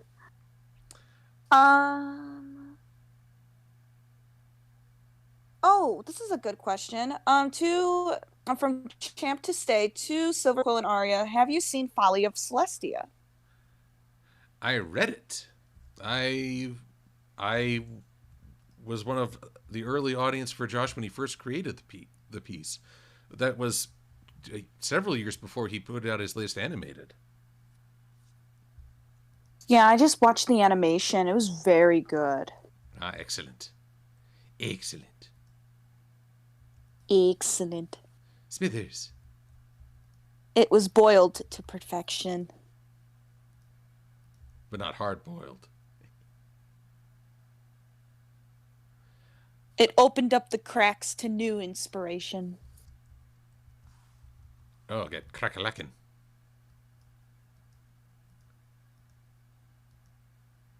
And there's no yoke about it. Oh, just a little. You just leave you a little scrambled.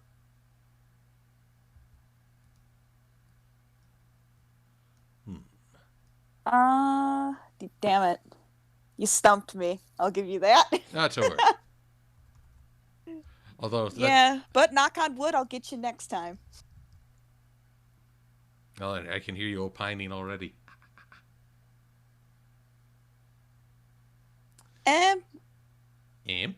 It'll splinter. Oh, Teenage Mutant Ninja Turtle.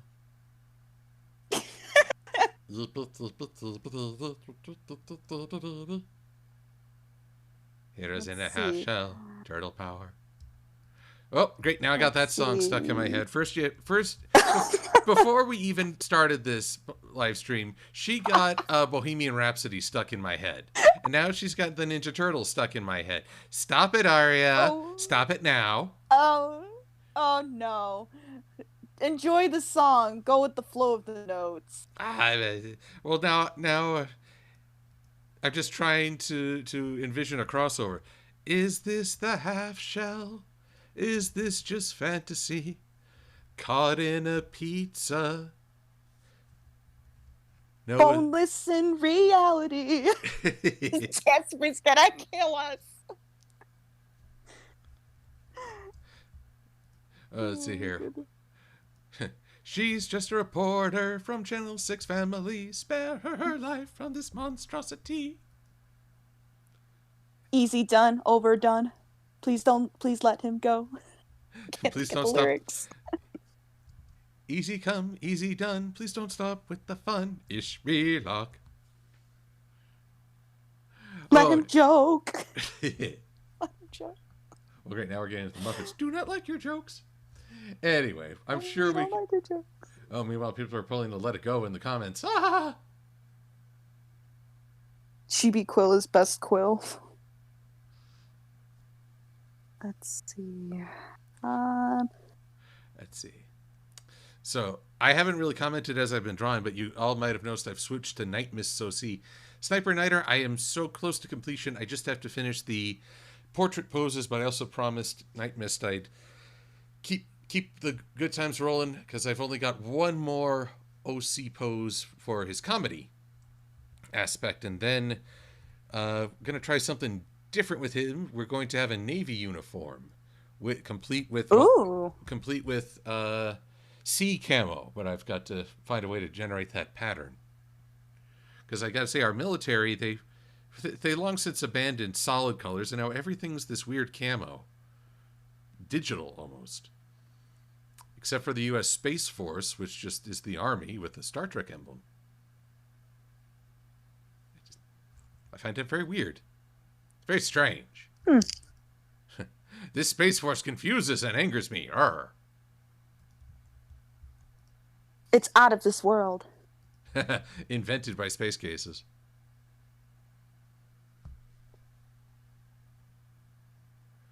It'll put your thoughts into the stars. Champ to Stay is asking if Firebrand would ever be a guest on this stream. That would be nice, but he is always hard at work on his own streams. In fact, I think he streams on Friday nights himself.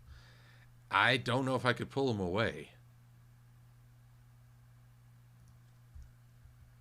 Let's see.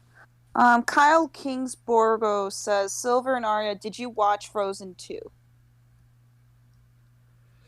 I have not. I missed out.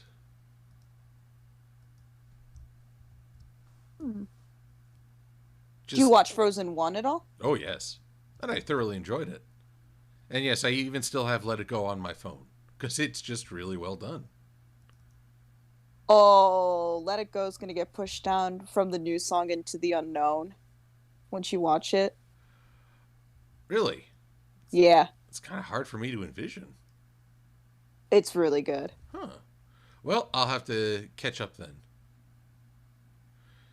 But the truth is my to-watch and to-do list is pretty much extends past the horizon at this point.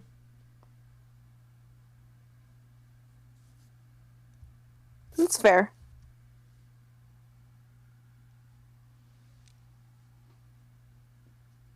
Trying to see if there's any other questions. Let's see. Aria Diamond, can we have someone draw silver pudding on the princess crown and people are trying to guess his princess name?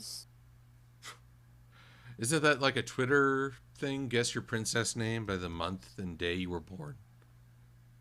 Oh, I know what they're referencing to, I think. So if you type in your name, um, and you search it, so you put like silver quill dress and like the first image that pops up, and then you look up crown image. Hold on. It's dress, crown, weapon, and pet. Well, okay, I'm probably a bad example for this because several people have drawn my character in a dress. Sweetie Bloom is Guilty. especially. Yes, yes, you are. I'm guilty. The Sweetie Bloom and I in floss. Yes, yes. So if I do a search for Silver-Quill in dress, there it is. But your afro looked fabulous. I was actually jealous I couldn't have the hair to affect that, but still. So I don't know if Princess Quill works in this case because somebody already did it. Yeah. We didn't put a crown on you though. Don't give them ideas. We already gave them ideas. Artists to your computers. No.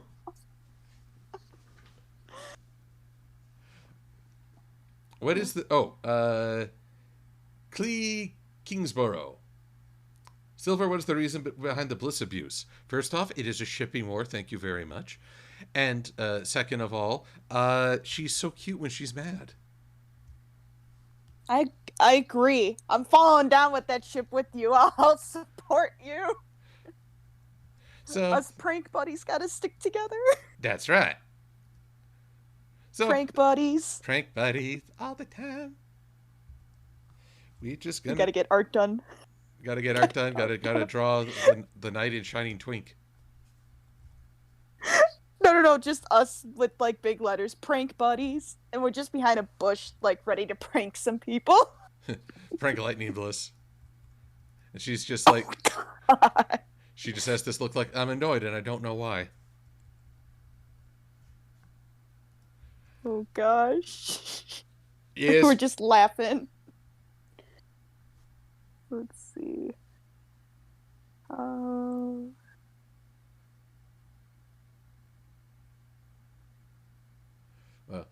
Preston, don't worry. I won't play Let It Go. I don't want Disney to claim this stream.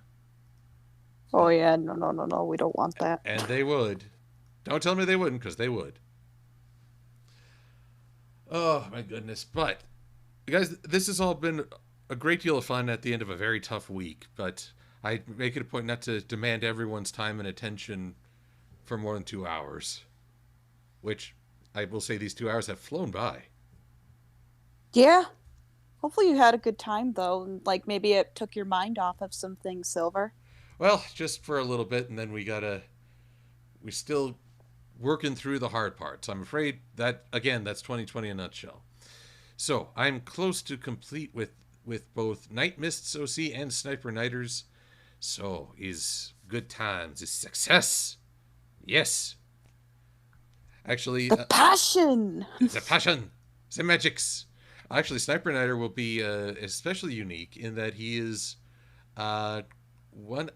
he's the first one where I've drawn the character pointing while in portrait. This opens new avenues. Oh. So amazing. If the links will update for me. Come on, link, update. It takes it a minute. Taking its sweet time is what it's doing. Making me look bad. But there we are. Yes, update. Behold, pointing. No. I don't give it a look. No other OC I have drawn can do this yet. Huzzah! Ooh. One last question from the audience, because Champ to Stay's been pursuing this, do you have a favorite Animaniacs song? And are you looking forward to the reboot on Hulu? So, See, the only Animaniacs song I know is with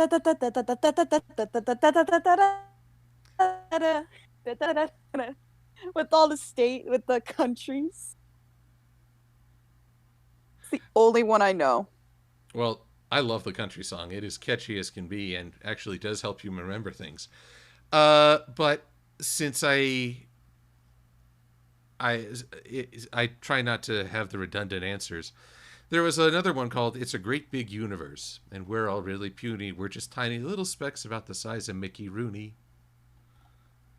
And Oh yeah. that one stuck. That one stuck with me. Also, the Census song. So there's a lot of great songs, Animaniacs. But yeah, if I can't pick the country song, then I will go with the Great Big Universe.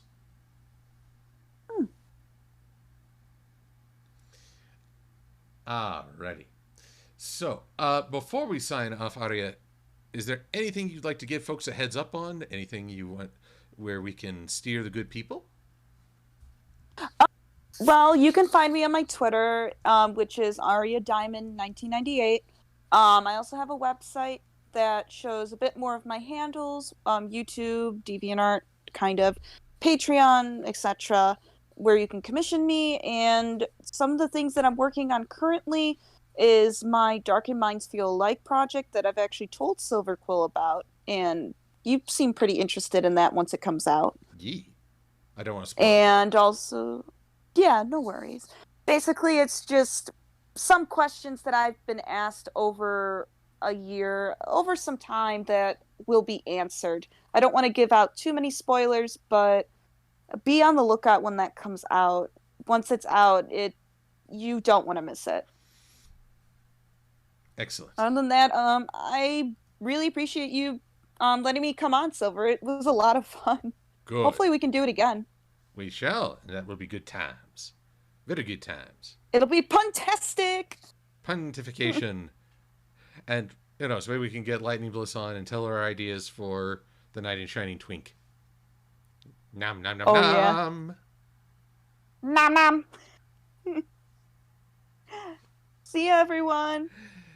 All right, everyone. Have a wonderful weekend. Be safe. Be healthy.